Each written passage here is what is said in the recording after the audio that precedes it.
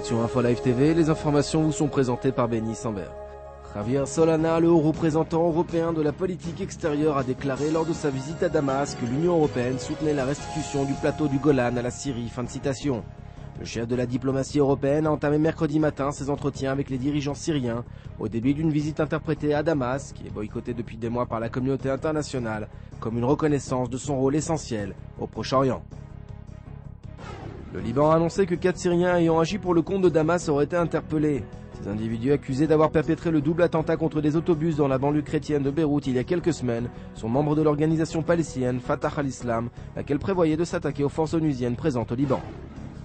Mahmoud Abbas et Ismaël Haniyeh ont convenu de soumettre samedi au vote du Parlement un gouvernement d'union nationale. La composition du nouveau cabinet sera dévoilée jeudi. Cette information intervient quelques semaines après la signature de l'accord de la Mecque entre les deux factions palestiniennes. La commission chargée d'enquêter sur les actions du Premier ministre et d'autres hauts responsables israéliens lors de la guerre du Liban l'été dernier a annoncé mardi qu'elle se prononcerait dans la deuxième moitié d'avril sur le rôle joué par Ehud Olmert, dont l'avenir politique pourrait dépendre de ses conclusions. Ce dernier a cependant tenu à préciser qu'il ne quitterait pas ses fonctions pour autant, et ce malgré les multiples pressions de l'opposition. C'est l'information principale de cette édition. Pour le chef du Shin Bet, la localité de Kiryat Gat serait menacée par les tirs de roquettes Qassam. Yoval Diskin, qui a fait une apparition mardi à la commission parlementaire de la défense à la Knesset, a fait part de ses conclusions quant à la force de frappe des Palestiniens de la bande de Gaza et a appelé les maires des localités du sud d'Israël à s'équiper rapidement en abri anti-roquettes. Notre programme sur InfoLive TV, c'est un document sur le duo en or de la planche à voile israélienne. Retrouvez également un point complet sur les conclusions de la commission d'enquête Vinograd, apparaît très bientôt. Découvrez également un document exceptionnel retraçant une partie secrète des relations israélo-allemandes. Enfin, découvrez en exclusivité pour InfoLive TV les premières images du long métrage d'Emmanuel Nakache et de Stéphane Belaïch, Le syndrome de Jérusalem.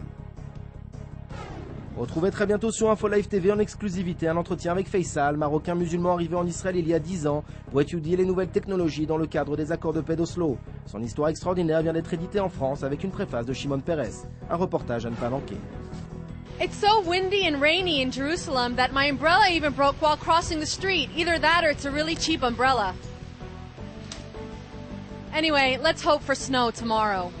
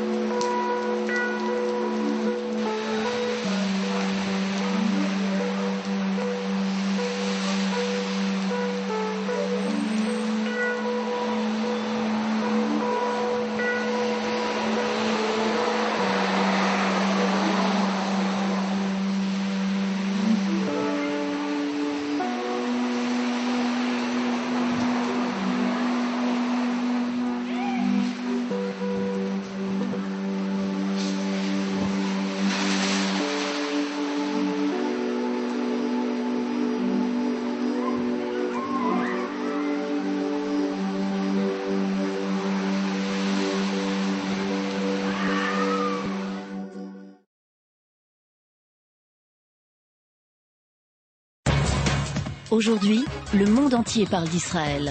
Mais qui parle d'Israël au monde entier, en temps réel, en 4 langues et en direct de Jérusalem? InfoLive.tv, la première chaîne de télévision internationale israélienne. 24 heures sur 24, 7 jours sur 7, suivez de l'intérieur l'actualité d'Israël et du Moyen-Orient. Des reportages, des interviews, un grand journal et des flash infos en images dès que l'actualité l'exige.